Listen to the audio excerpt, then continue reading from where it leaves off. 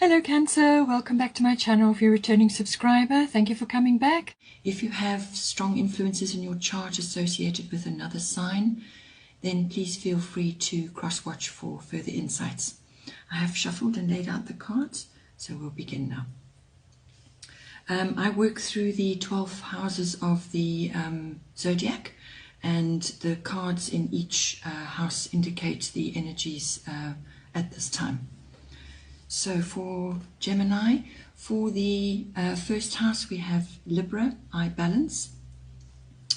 So your first house is all about your body, yourself, your outer appearance, how you appear to others, how you are perceived by others, and what you're projecting outward as well. So with Libra in there, this is again an air sign, and Libra is all about finding balance.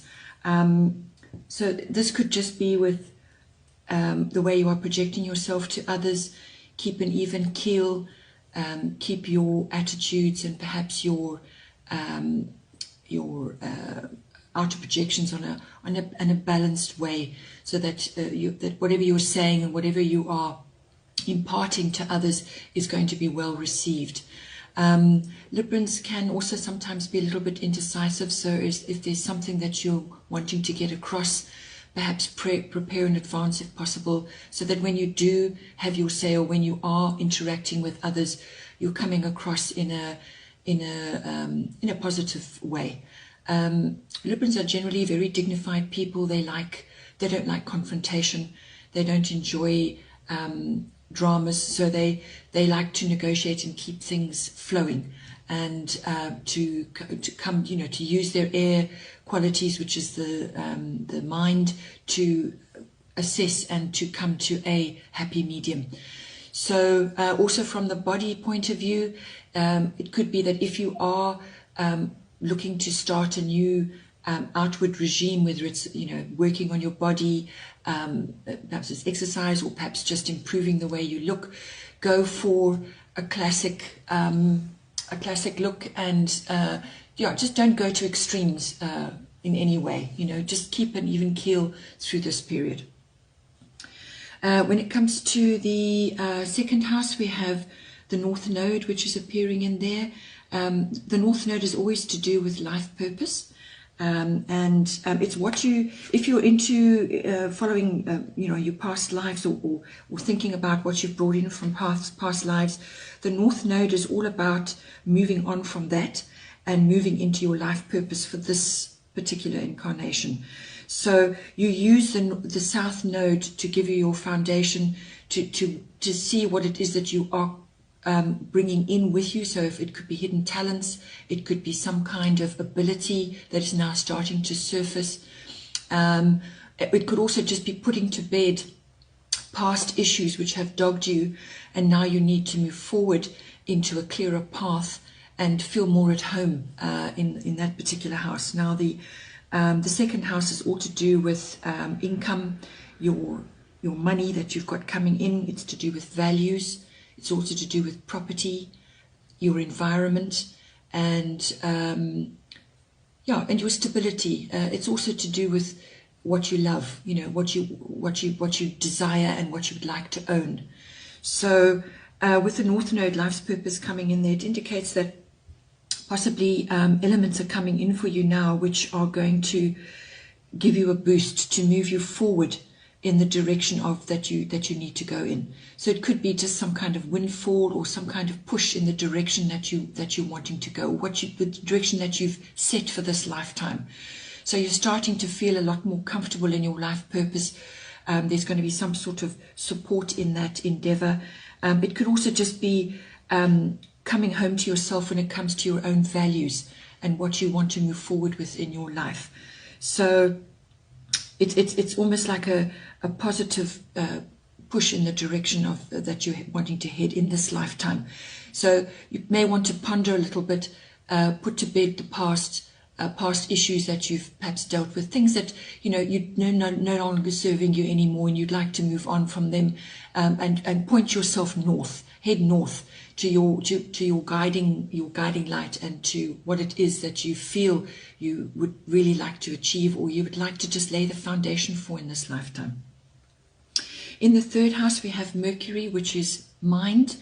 This is Mercury rules the third house, so it's in its own house. The third house is all to do with all forms of communication, whether it's verbal, written, even body communication. It's also to do with contracts. It's to do with your siblings and early education and short trips, like small trips. So with Mercury appearing in there, you're asked to turn your mind to what it is that you're currently saying, and what you are agreeing to in terms. So that could be contracts of some sort, and apply the analytical side of Mercury to that, and have a good look at what it is you're doing and what it is you're saying, because it also ties in with your eye balance, which is what you're projecting outwards and what's being perceived by others. So and they're both air signs, so you need to bring the air element into your third house to actually help you going forward, because there may be issues coming up. If you're in the media world, if being in the media world is part of your profession, then Mercury in there is a very good thing to have, because it's in its own house, and it's all the qualities of Mercury, which is that quick decision making, witty, inquisitive, curious, and sharp. It's a very quick thinking, think on your feet kind of energy. Also, Mercury rules electronics of all sorts. So if you are buying something, or you're drawing up a contract for something to do with that, just make sure that everything is clear, and that you're absolutely 100% happy with what is being put down in terms. And if you need another set of eyes, then do that. But apply your analytical abilities in that regard, and just think about what you're saying, what you're putting down in paper, what you're actually imparting to others. If you're teaching, you may need to obviously bring in the higher principles of Mercury, which I've already mentioned. In your fourth house, you have Cancer, I feel. So this is, again, it's in its own, the Cancer rules the fourth house, so it's in its own house. And Cancerians always bring a watery element. They love their home, they love their family, and they're quite clannish. So you may be closing ranks there when it comes to your home, or just feeling the need to retreat on a regular basis. Withdrawal is necessary. Always remember the crab. The crab is associated with Cancer. They like to withdraw. They skitter along the sands of life, gathering and doing whatever it is they need to do, but they do periodically withdraw, and they have the shell to protect them should they feel insecure or threatened in any way. They've also got that massive claw, so they can be quite protective of their environment and of their family.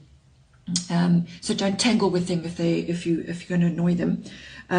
So when it's applied to your fourth house, this indicates your home. So the fourth house is about your home, and it's about your early, your foundation, your roots, your family's foundation and roots.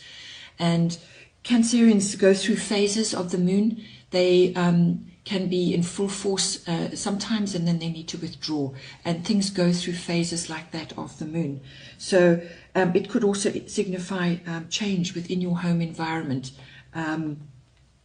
So you just need to go with the flow there, and just be feel super sensitive in your home environment, and just bear in mind that you are you may be interacting with others. It's wonderful to be nurturing, which is again the Cancerian thing. It's also the mother. It's wonderful to be nurturing and loving in your home. Just don't be clingy or too overly emotional. Just be compassionate and be loving, and bring that into your home environment. Because I feel you're going to need it. In your fifth house, you've got Mercury retrograde, which is it's all about reinvention, anything with a re in front of it. So this could be relief, it could be when you re-look at something, when you review something, and And the 5th house is all to do with children. And Cancer is associated with that because it's also involved with children. It rules, it has associations there. So your 5th house, children, it's your creativity, and it's your love affairs, romance, having fun, recreation of all kinds, whether it's sporting or whatever, and just having fun in general. But it can be a good indication of your creativity in this lifetime. And your Mercury retrograde reinvention means you need to relook at this again. There's something that's coming up in your 5th house which is requiring some contemplation to figure out what is working, what is not working, what perhaps need to be tweaked. If it's to do with your children, one or more of your children may be going through a phase of reinvention where they are changing how they are moving forward in the world. So you're going to be having that in your 5th house. If it's a creative project, you're going to be perhaps may have to redo something. But whatever it is that you're going to be redoing, it's giving you an opportunity to look at it again and to move forward with the revised version. And if it's your child that's having a reinvention, to support them through that.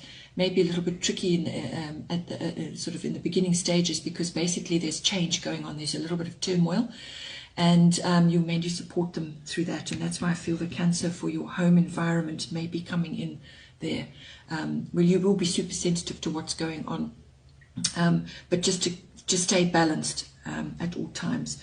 And yeah, and if it's a romance that you're undergoing, you may have somebody coming in that you've known before, or it's the second time around, or however, but it's somebody that's coming in again, or somebody that you are entering into a love affair with, or having a romantic liaison with, that you may have been with before, whether this is this lifetime or before. But basically I feel it could be just from this lifetime somebody's coming back in, or it could just be you seeing others again, that you have known before.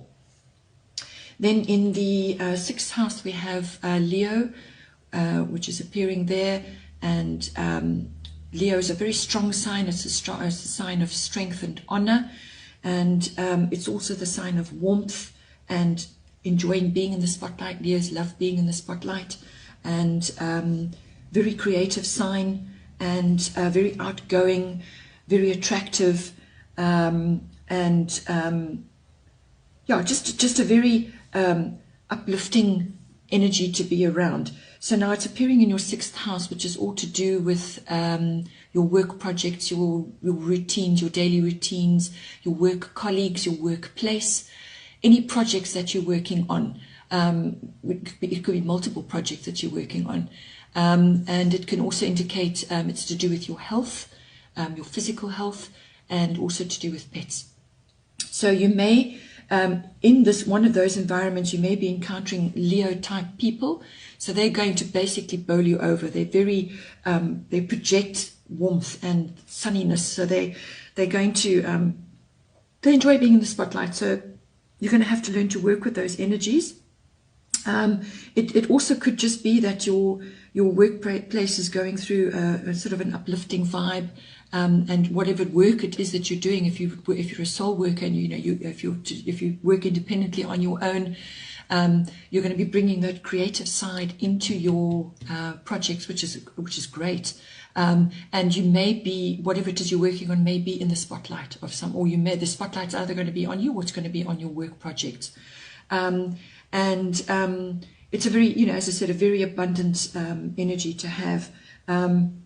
It can also, going the other way, it can also be a little bit arrogant and egotistical. If you're looking at from a health point of view, possibly something there. Leo always rules the heart, the circulatory system, so it could be something in there that you're needing to address or to look at. It's a sunny sign, very warm sign, and you could just be feeling good about yourself as well. But if there are health issues, then to you know, to actually address it and look at it. And if you need a checkup, then go for a checkup. Then in the 7th house, which is your house of your relationships, your personal relationships, your one-on-ones, you've got Aries, I am, very fiery sign to be having in there. And this is your, as I said, your one-on-one, between you and your significant other, or you and your business partner. And it's a very dynamic energy, a very forceful energy, get up and go, lots of fresh ideas, movement, change, moving forward, progression. Or it could just be a really great idea. So if it's a business partnership, there's going to be a lot of energy and a lot of a lot of things happening, but forward movement, fiery, passionate projects that you maybe, or business that you may be starting. If it's to do with you and your partner, a lot of fiery, passionate energy there. And, you know, let's go and get them. Let's get up and go. Let's go and do things. Aries are also very loyal people, actually, when it comes to relationships as well. Once they've decided what they want and who they want, they will go after it, and they will they put their whole heart into it. So if that's the energy you're bringing into those relationships, your one-on-ones, you and your significant other, that's great. It also can bring in the impulsiveness and the just very ambitious, almost sort of self-centered as well, in a way that you're going after that one particular goal, or you're actually going after that one particular person. So it can also be a very impulsive, very forceful sign. So don't overdo it, but use that passionate, fiery energy and harness the loyalty of the Aries to actually make your relationship better. Then in the 8th house, which is the house of sexual relations, sex, death and rebirth. So more than likely that's symbolic death and rebirth.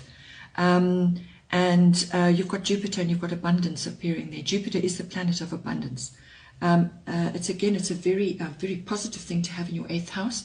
The 8th house is also the house of big finance, like investments, insurance, legacies, inheritances, and taxes. And it's also other people's money. So you could be dealing with other people's money, whether it's your professional, or you're perhaps dealing with it in connection with a committed relationship. The 8th house deals with shared resources between partners.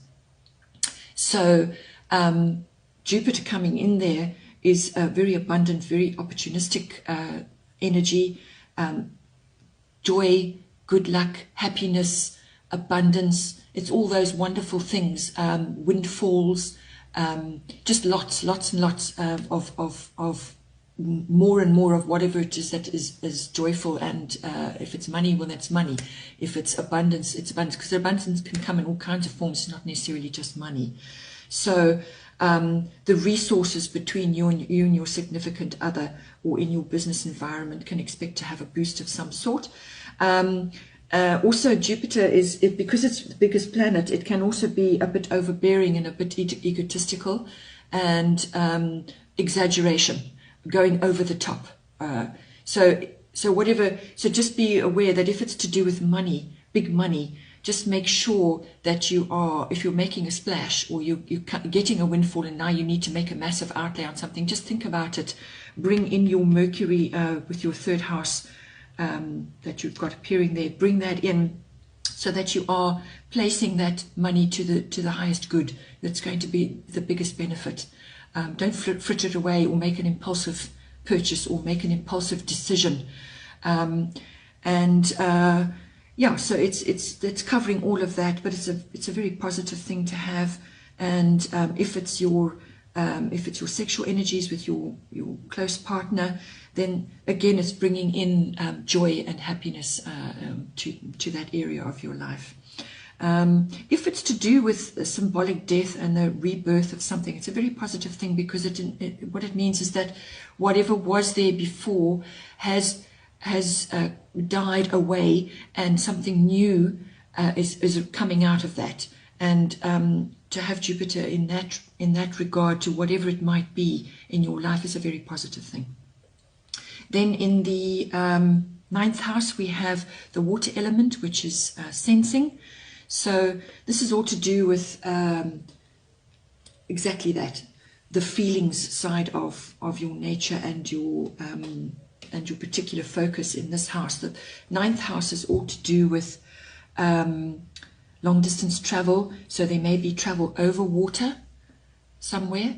It could also be, it's also to do with publishing, the media, the law, legal matters, and also to do with teaching, your religion and your beliefs. So it covers quite a broad spectrum of areas in your life. And to have the watermelon element in there, it basically means that you need to be sensitive to the energies that are swirling around you. You need to be going with the flow, basically. That's what, in a nutshell, that's what it comes to. So just go with it, don't fight the river, just go with it.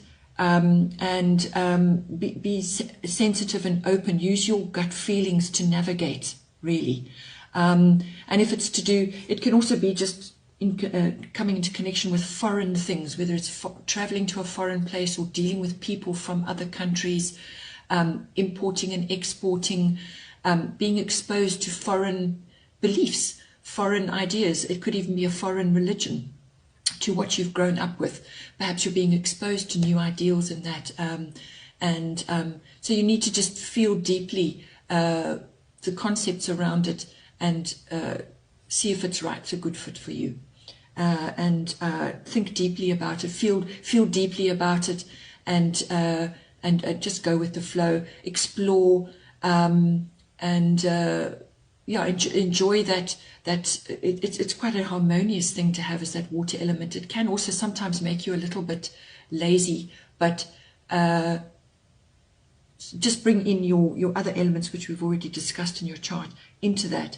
And if you're traveling, well, it may just mean that you may be going over water, which would indicate long distance travel of some kind. Then we have in the 10th house, which is your house of career, ambition, your authority figures, your status, your public status, your reputation, your fame, anything like that. The air element coming in there basically means that your communication skills, when it comes to those parts of your life, are going to have to be super sharp. You need to bring in your analytical abilities in to navigate those aspects of your life. And always remember, air rules Aquarius, Libra, and Gemini. It's sharp thinking, it's analytical thinking, it's progressive thinking. It's if it's Aquarius, it's far thinking, visionary, it could also, the air element tends to carry communication from elsewhere as well. So that could be gossip even. It could even be advanced technology of some sort. So that's coming into your career in some way. You may even just be having to use a more advanced system than what you've currently been using in your career. And you may just have to use your communication skills to advance yourself, whether this is in public, socially as well, in public. It's almost like climbing up the ladder, if you want to say it like that. But whatever it is, it's using the air element, which is the element of communication, to enhance those aspects of your life. Then in the 11th house, we've got Virgo, which is I analyze. Virgo is an earthy sign, but it's also a very critical sign. It's an analytical sign. It's ruled by Mercury, again, the air element coming in. And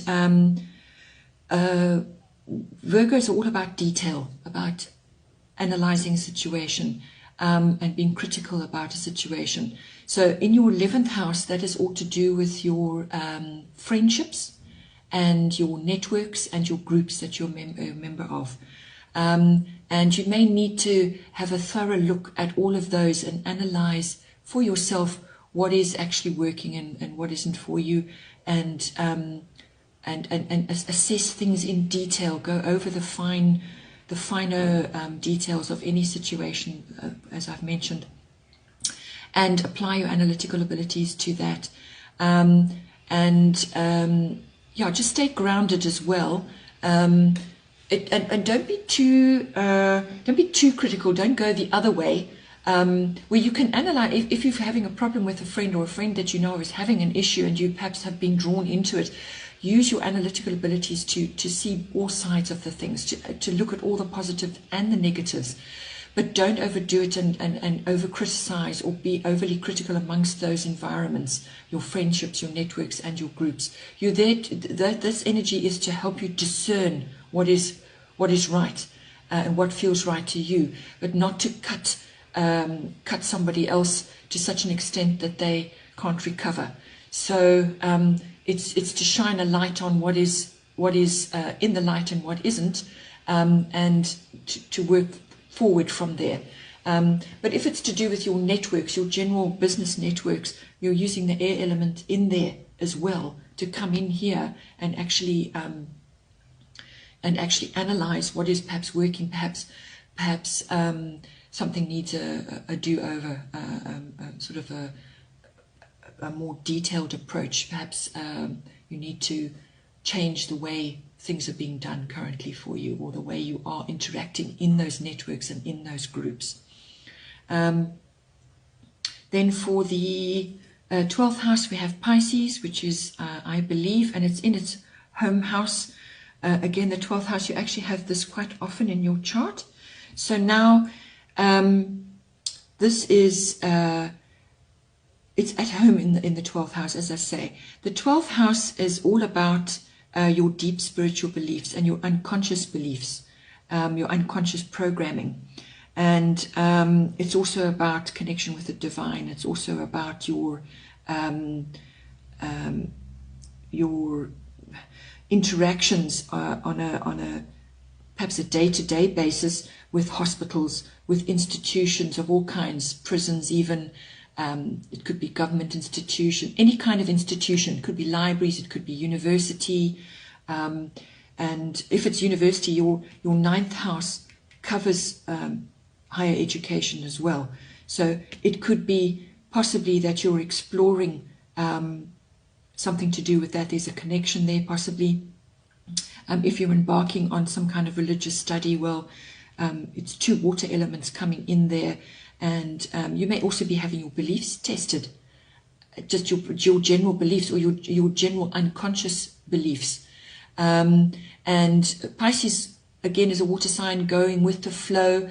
It's also the sign of self-undoing. So be careful that you don't undo good work that you've already done because of confused thinking or because of lack of clarity.